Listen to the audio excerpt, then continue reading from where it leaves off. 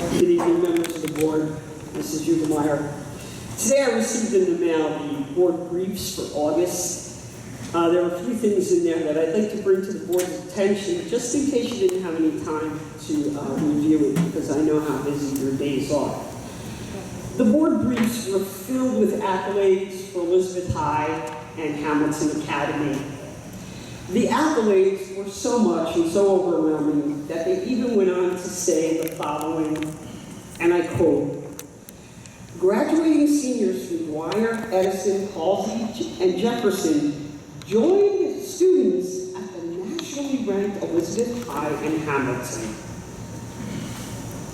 If I were a parent in any of those schools, I would be totally, to use the words the kids use, dissed.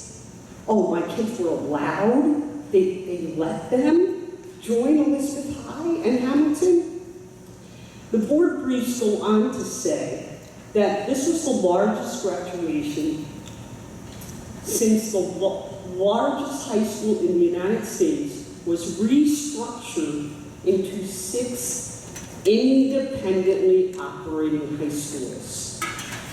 If the board briefs are telling the public that there are 6 independent operating high schools, why do we insist on putting all of those high schools together, such as at graduations? The board briefs further went on to tell us how Elizabeth High and Hamilton were ranked #1 again, and I'm thrilled for the students that attend those high schools, that when they walk through those doors, they know that the school that they go to is ranked highest and has all the accolades in the world. One of the things that the USA News and World Report looks at is the use of advanced placement testing. And it seems that any time Elizabeth High or Hamilton is ranked high, it's because of the advanced placement tests. And we all know that most rankings for high school are based on whether or not AP tests are taken, how many are taken, and sometimes whether or not they're passed.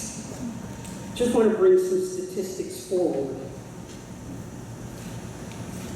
At Elizabeth High School, I would say over 500 AP course tests were given.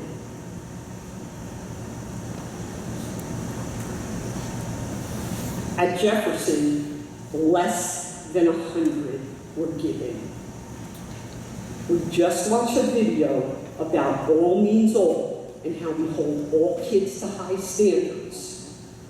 Are we really and truly holding every kid in this district to high standards? Or are we continually holding only Hamilton and Elizabeth High to high standards and constantly comparing those other schools to Elizabeth High? If Elizabeth High is going to get all of the rankings and all of the accolades and all of that stuff, fine, give it to them. That's great. But the poor other schools, all of them, have a lot of red areas when it comes to college and career readiness. Thank you, Mr. Lorenz. Next person will be Maria Lorenz.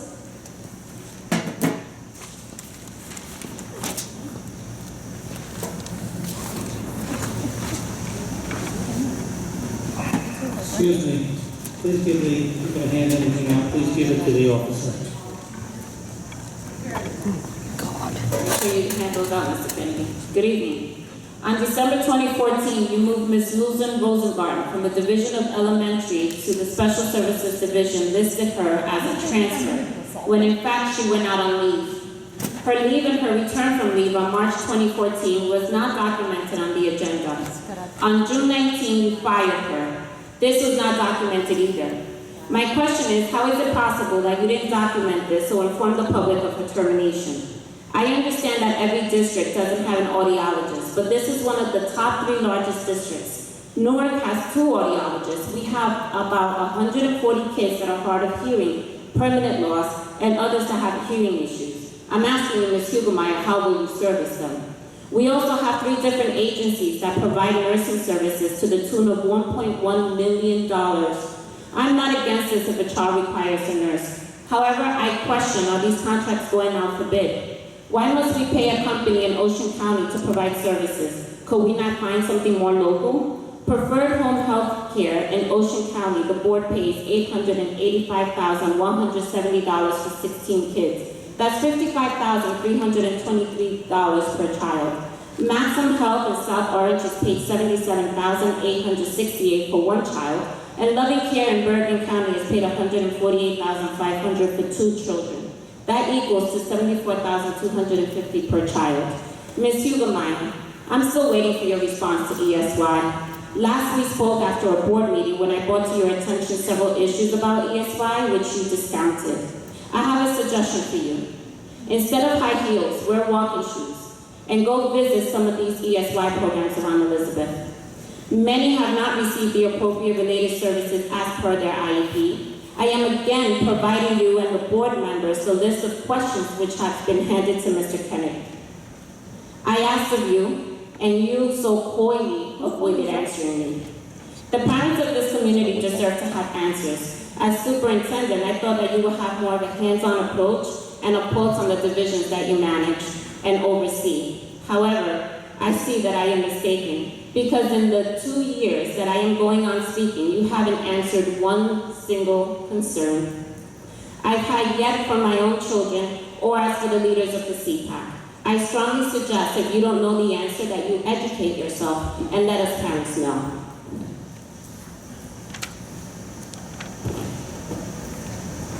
Thank you. Next person will be Giovanna La Rosa.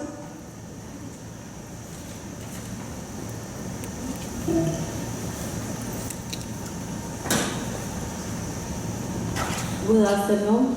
I'm requested translator, please.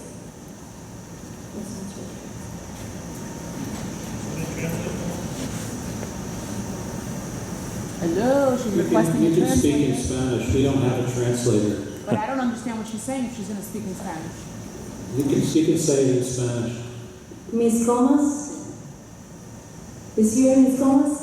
Yes, but I don't speak proficient enough to do that translation. I apologize. Tú puedes hablar en español y van a traducirle al público. She will be speaking in Spanish, so somebody will translate for the public, please. From what I understand, they're required to have a Buenas tardes a todos los miembros del lugar. Mi Motivo de estar aquí presente es, en primer lugar, agradecerles el día de hoy por empezar este debate a tratar sobre el tema de la educación escolar de nuestros hijos por primera vez.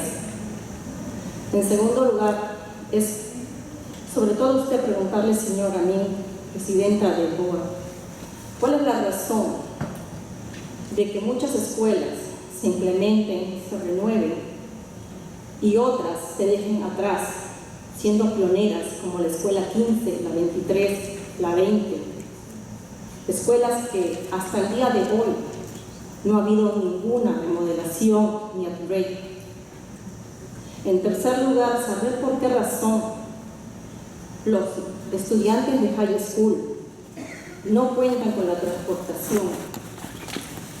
Siendo yo una driver de 12 años y llevando a los estudiantes, he podido ver de primera mano todas las odiseas que estos niños pasan al llegar a sus escuelas como en tanto a sus casas. Y creo que en esta ciudad, con el tiempo y el clima tan severo, es indispensable que ellos cuenten con una transportación para que lleguen a salvo tanto a sus casas como a sus centros escolares. Una persona me dijo que eran considerados como adultos, pero para mí una persona adulta es la que puede pagar los taxes, paga sus rentas y puede mantenerse ellos mismos. Y mientras ellos sigan yendo a las escuelas, siguen siendo niños. Entonces, por favor, solicito que pongan más ahínco en esas escuelas, porque creo que como parte de esta comunidad también tengo el mismo derecho que los demás a que mi hijo estudie en un lugar más agradable y de mayor seguridad y limpio. Muchas gracias. ¿En qué escuela anda su niño? En la 15. ¿Usted puede dar su nombre? Are we gonna get a translation? Anybody? Oh, no one was listening? You all forgot that you speak Spanish? Oh, my God. Basically, the mother was concerned about, first, some of these schools, and I think our superintendent will tell her that there's new initiatives for school 2015. In fact, we have some of the principals here that could attest to I that. think she's just supposed to be I have, they could do that. Also, Excuse she me. wants a high school transportation for all these students because she feels that high school children need to be transported back and forth home. Excuse me, Commissioner. Are you translating or you're answering the question? No, I'm translating what she just said. Paraphrasing. Okay, because I was, okay, thank you. And she would like to know, some answers at this point. So I think that, as soon as we have, it's being worked on, somebody will give her an answer. But she's the superintendent of the superintendent, it's not my place to give any answers. She said that we as taxpayers, the children deserve the right to study in a clean environment that's safe and not ventilated. Excuse me. I'm translating what you were saying. Thank you. Next person, Cristina Moreira.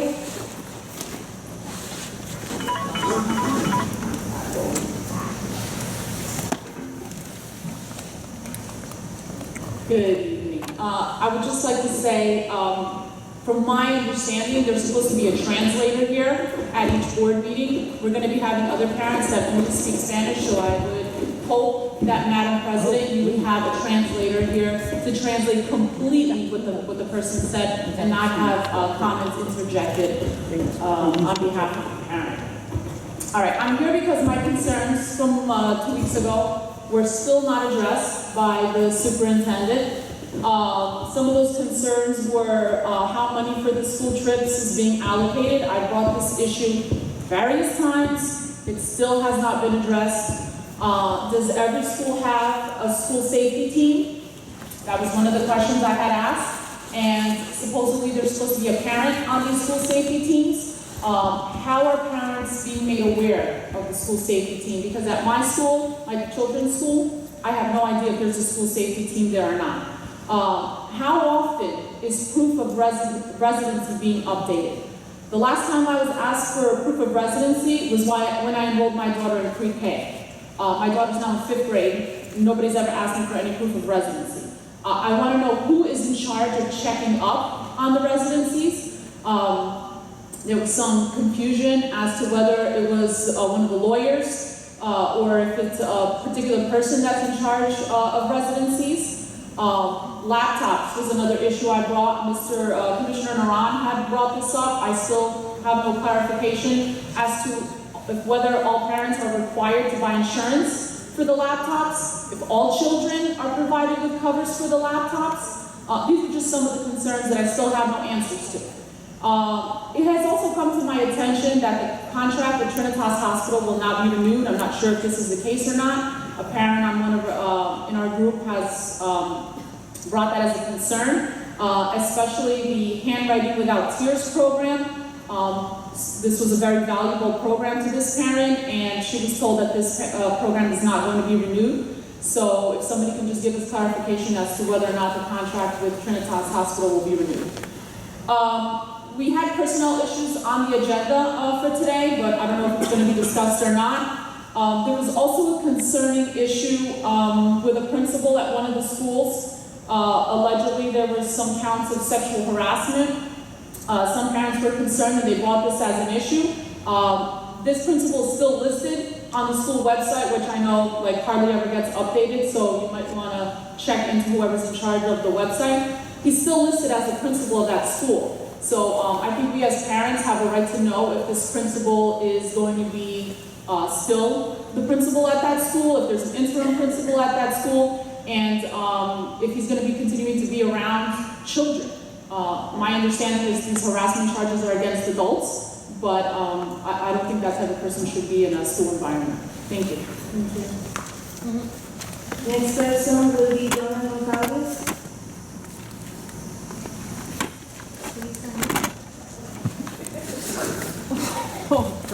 Good question. Good evening, board members. My name is Don Gonzalez, and I'm speaking on behalf of myself and not for the Elizabeth Public Schools.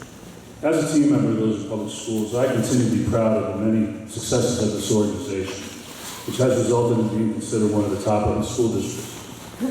I personally believe in the mission of the sport to ensure that every child achieves excellence.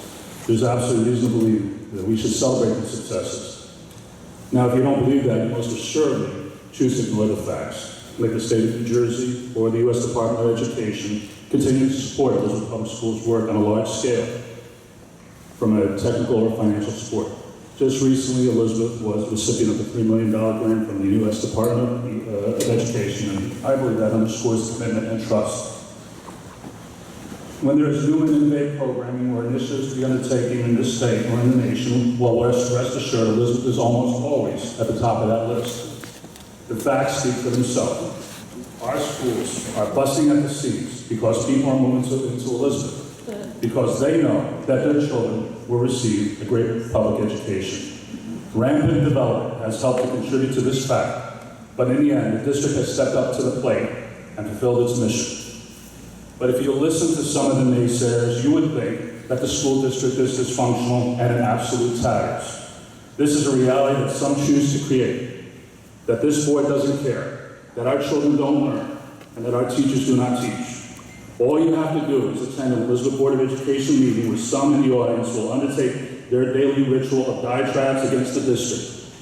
Anyone that knows the Elizabeth Board of Education meeting has been subject to the circus-like atmosphere of continued catcalling of people and of children, loud outbursts toward innocent people, along with wild comments toward board members, team members, and ordinary citizens.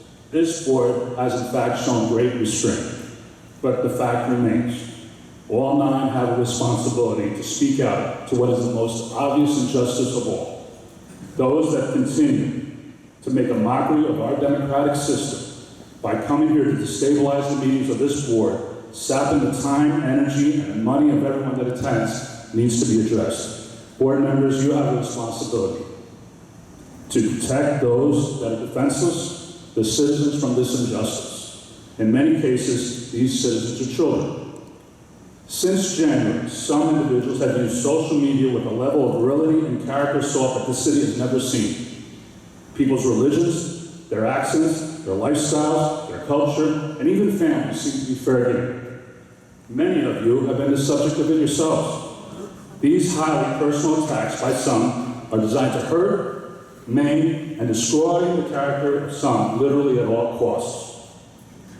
This is a form of cyberbullying and character assassination that exists in this city that I believe needs to be addressed. Thank you, Mr. Gonzalez. Over the last few years, over the last few weeks, I really feel necessity to say this, Madam President. My daughter and her education has become a flashpoint for certain individuals who choose to attack me, my integrity, and character.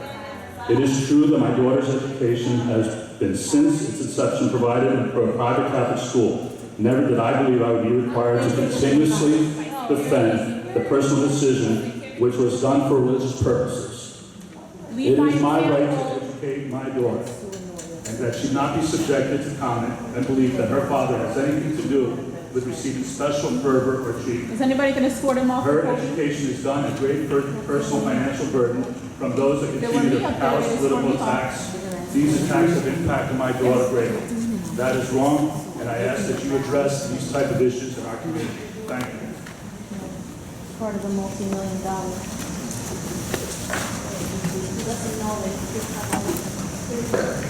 He didn't go to school. At this time, I close the public comment portion of this meeting.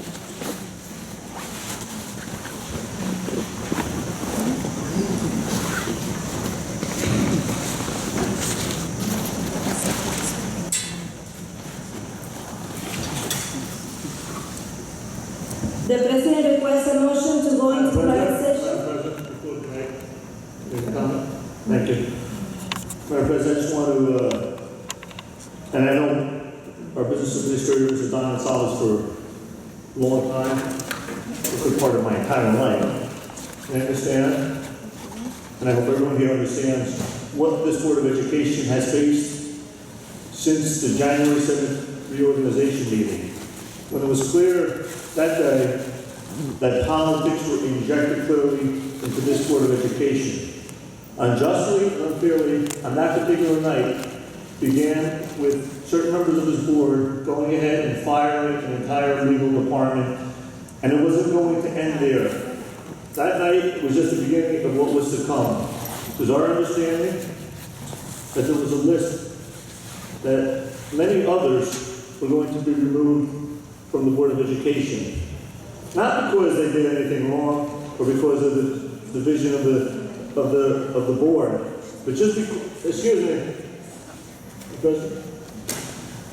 only because people saw fit to bring that vile, political-based hatred here to the Board of Education. What Don Gonsalves is experiencing now, many of us have been experiencing for the past several months.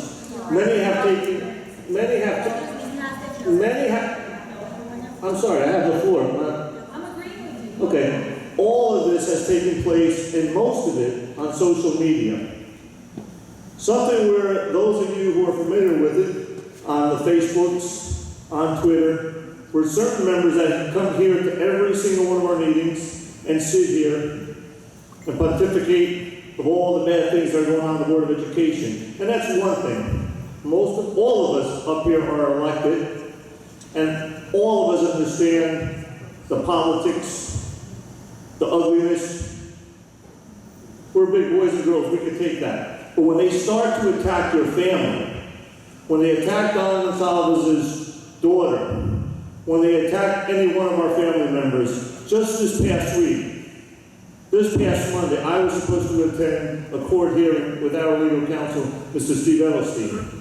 I couldn't make that meeting because the night before, my wife slipped, took a fell, and broke her arm, which required her to have surgery the very next day. She couldn't drive herself to that surgery, but yet I have to read on Twitter from Mrs. Lorenz, Miss Marie Lorenz, her vile Twitter attacks that Tony Monteiro couldn't make a meeting. Why? Was his wife giving labor? Was his wife giving labor? What's so bad about a broken wrist? This is the kind of people that come to our meeting. These are the kind of people that are now trying to support candidates for the Board of Education that have no place up here. And I want the people at home to understand this once and for all. They're running candidates for the Board of Education who have no children in the school system. I certainly don't. I have always professed my reason for being up here today. I'm up here today because for years, my public service for this city, my love for this city speaks for itself. 8 years as a city council member, multiple years as a committee man, many years as a Elizabeth Board of Education member. I fight, and I have no kids in the school system, but I fight to keep the politics hands off of our Board of Education. I fight that the mayor stop trying to take over this Board of Education and putting in members that he chooses to have no business, no care in the world to see that this Board of Education continues all the progress that it has had for the past 12 years. But worst of all, to see the vile attacks on our family, on Don's daughter. There's no place for that here, on any one of us. On any one of us to go on social media to see these attacks. But they're here tonight. Miss Lorenz, Miss Cunha, who just filed an ethics complaint against me. Now let me explain what an ethics complaint. They filed an ethics complaint against myself to the state, which is okay, because somewhere in the past couple of months, Ms. Lorenz sent me a personal email. Sent me an email to my personal email, to tmontero1@AOL, and all of you can have it, or all of you feel free to use it. But they sent me a personal email. On Mother's Day, I in kind responded to all those that I have on my email directory. And I mean all those who have ever sent me a personal email. Not to my Board of Education email, not to a private account. You don't have don't want My to personal email. Mr. Montero, excuse me for 1 second. This is wrong. In all due respect, I think you have principals here that need to be appointed, and you're making it very clear that this is personal. So I think you should do Very this. personal, Mr. No, sir. Hold on. Very personal. It's very personal, I have the floor. and you should probably do this on your personal time. You can speak after I'm done. This is very personal to me. I don't take a salary for being here. I give up my time to be here, away from my family. The wife is home with a broken wrist, okay? So this is personal to me. When Mrs. Christina Marrera, Cunha Marrera, whatever, comes up to a meeting, you're out of order, Ms. Marrera. I don't interrupt you when you speak. Please do not interrupt me. I do not interrupt you. Please do not interrupt me. If not, security can show you the door. You are, it's offensive what they do. They come up here as hypocrites and complain that the Lisbon Board of Education will spend thousands of dollars. They will spend money on legal fees, correct? They will say that we spend money on legal fees. But let me tell you what happens. Now you file an ethics charge with the state of New Jersey that board member Tony Monteiro sent you a Happy Mother's Day card. I mean, a Happy Mother's Day email. And then you send it to the state. The Board of Education legal counsel has to defend that. More money spent on legal fees. They know that, but they're hypocrites, and they want to keep calling us out on that. They want to file false, frivolous, baseless accusations against the Board of Education. They have yet, as well as many members on this board, have yet to propose any solutions, any ideas that will move this district forward. This district has been at a standstill from the no, I'm talking about anyone. This district has been at a standstill for the past 8 months. For 8 months, this district has been boxed in. It's where we don't want to be. For 8 months, all this district does is have to fend off over requests. Frivolous, baseless accusation of the ethics charges filed by certain parents who want to come up here, and they know they're frivolous and they know they're baseless. And then they want to take to Twitter, and they want to take to Facebook, and they want to take to social media, bashing the board. Have you ever heard of them ever put up any positive ideas, any solutions, anything? You know, when board member Mr. Rodriguez ran for office, he said it was about high school dropouts, and he was going to go door to door and find out why they dropped out. He hasn't got to one single door. He hasn't proposed one solution. No one has. This is a district that, unfortunately, we have incredible staff members. We have principals here today. Now, Commissioner, you will have your turn to speak all the time you want, and I will bring that. But we have principals here today. We have vice principals here today. We have supervisors that do an incredible job for this district. And it's unfortunate that they have to hear the bashing of the board rather than all these great attributes, all the great accolades that are taking place here in the city of Lisbon. Well, I'm tired of it. I wasn't even planning to run for re-election. But when I saw how vile, how much hatred that the mayor and that these so-called community activists are coming up here attacking the board, think they have, well, you know what, election is November 3rd. More than happy. All of you could have ran for office, and not one of you did. Not you, Ms. Karen, not you, Ms. Lorenz, not you, Ms. Paloma, and not Christina. Not one of you ran for office. And I stood up here, and I'm going to run again. And I'm going to do it for the kids, and I'm going to do it for this district. No, we're not going to stop. We're going to continue to make a difference. So if anyone wants to come up here and continue to attack, continue your false and baseless accusations, and continue to attack good friends like Don Gonsalves attacking his daughter, his grandmother, anyone, you will get me irritated and upset, and I will defend them. Thank you, Mr. President.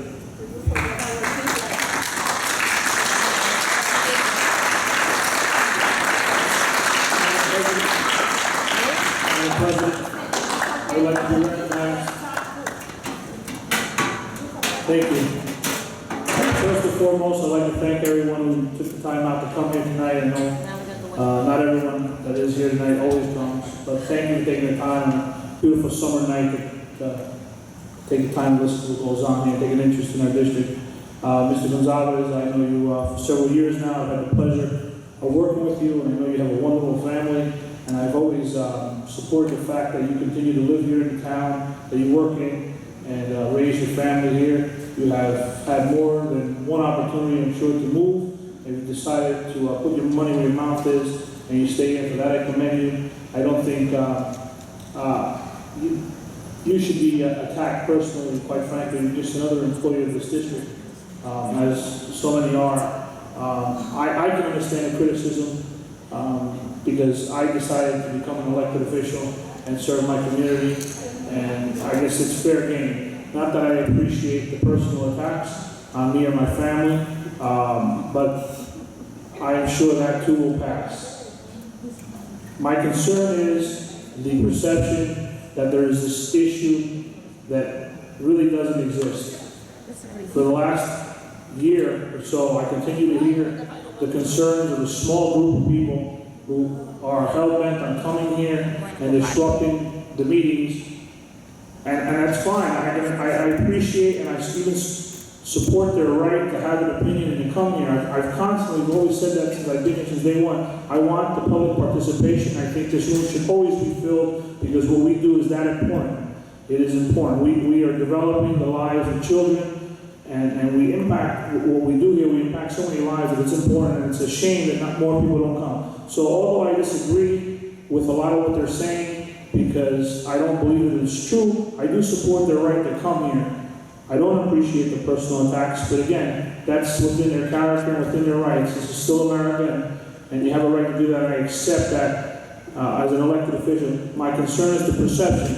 When accusations are made that we're not doing enough for a certain group of children, I think it sends the wrong message. Anyone can come up here and prepare a statement and make accusations and not back it up. I pride myself on being one of the most accessible elected officials in this city. I want to communicate with my community constantly. I want to hear the feedback. My best method is probably social media, and that's the one that works for me. But I'm constantly giving out my personal cell phone number, and I encourage people to call me. And some do, but many don't. And that isn't a bad thing, because what's happening is we don't have the complaints we used to have. Our problems now are good problems, and let me explain why. When I first was elected, the first meeting I attended was a properties committee meeting. And I remember then the superintendent discussing about how much of a success the lower and upper academy was, and how the children in the high school who were pulled out, who were excelling at higher levels, were successful in a smaller community. So obviously, I asked the obvious question. I said, well, how come we don't do that somewhere else? And at the time, we were redistricting, and we were getting away from the middle school model, because our middle schools were atrocious. We were failing in the middle school horribly. Parents were afraid after 5th grade to have to send their kids to schools like Roosevelt, Cleveland, Baton, even Hamilton. They were horrible. They were afraid. They were constantly fighting. It was just a bad situation. So we were in the process of redistricting, and then the superintendent said to me, he says, Carlos, the problem is, if we did that, we don't, and we set the standard at 3.0 as a GPA to get into the upper academy. We don't have enough kids. We don't have enough children excelling at that level to fill the high school. So in turn, what we had to do was we had to lower the standard, because we understood that if we took kids out of the main complex at the time, it was 6,000 students. We all know what a terrible situation it was, the fights after schools, the failing. It was a horrible situation. So at that time, the board decided that it was a good idea to continue to expand the smaller high school method and break it up. And Hamilton was created. Originally, it was supposed to be actually the old Cleveland building, the old Maple G. Homes at the time. But because of the lines and the way the population was drawn, we couldn't do it there, so it became Hamilton. And today, the problem that we have today is that Hamilton has become such a success that now the grammar schools in the neighborhood model with the extended day have succeeded and are giving out, they're pushing out so many kids that are excelling at higher levels that now we have too many children at a 3.0 or better, and we can't accommodate them in another school. The demand and the wait is a long time. So yes, I understand the frustration of parents who want nothing but the best for children, because I'm a father of 2 children, and I want nothing but the best for them. And so when we're not able to accommodate them, it is just as frustrating. I'm sure the board members here will agree that it's frustrating to hear the phone call of a parent who applied to the lower academy or Hamilton and not be able to have a spot. It's tough. But all that means is, doesn't mean the kids are going to stop excelling. We have enough children now to fill another school. And we're going to get another school. If you all know, we're building another school on East Jersey Street. When that school is online, I believe we'll be able to accommodate another 700 plus children. So we are in the right direction. So although I appreciate the fact that you come and you participate and you want to voice your opinion and you even want to try to organize a group, I have to disagree. We're heading in the right direction. The proof is in itself. No one, I remember when they told us we couldn't put all the kids in uniform. We got 26,000 plus kids in uniform. Other districts are doing that now.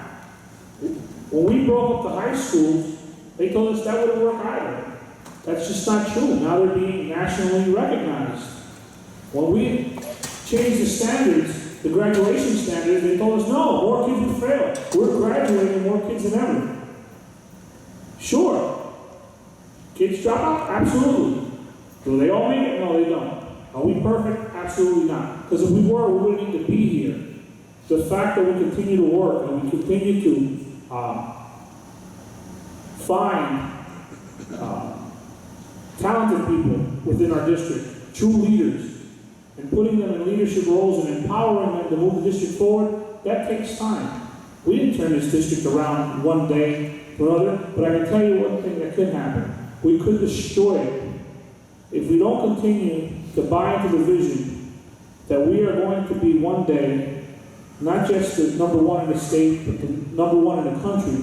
We have to really buy into that. That's a lot of hard work and dedication. And I believe that over the years, we've supported enough people within this district. We've found these people who are true professionals, who really believe in education, who love what they do, who love our children, who are capable to do it, to reach that goal. Many of them are here tonight. So to belittle them and to say that they're not doing enough, I think it's unfair, and it would be fair for me to just sit here and just let me try to destroy something. Quite frankly, you just have a political interest in. The truth is, as a citizen, a homeowner, and the father of 2 children within the district, I represent a lot of people like me who have children in the district, who bought a home here, who are like Don Gonzalez, who raised a family here. We don't come from another town to criticize Elizabeth.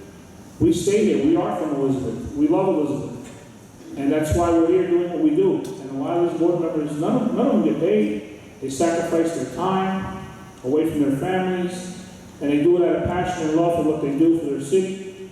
So although we can disagree, the work has to continue. And what I am trying to just tell you is, don't expect to come here and just challenge the board and its work and just arbitrarily make up things and not expect to be challenged back. Because quite frankly, I've been here long enough to know where we've come. We've turned this thing around and we're in the right direction. Thank you. Thank you. Mr. Kennedy, can you take us to the agenda? You want to say something? I'd like to. Yes. First, Mr. Monteiro, Tony, I apologize, you were speaking, I should not have cut you off. Thank you. Donald, we've spoken about this.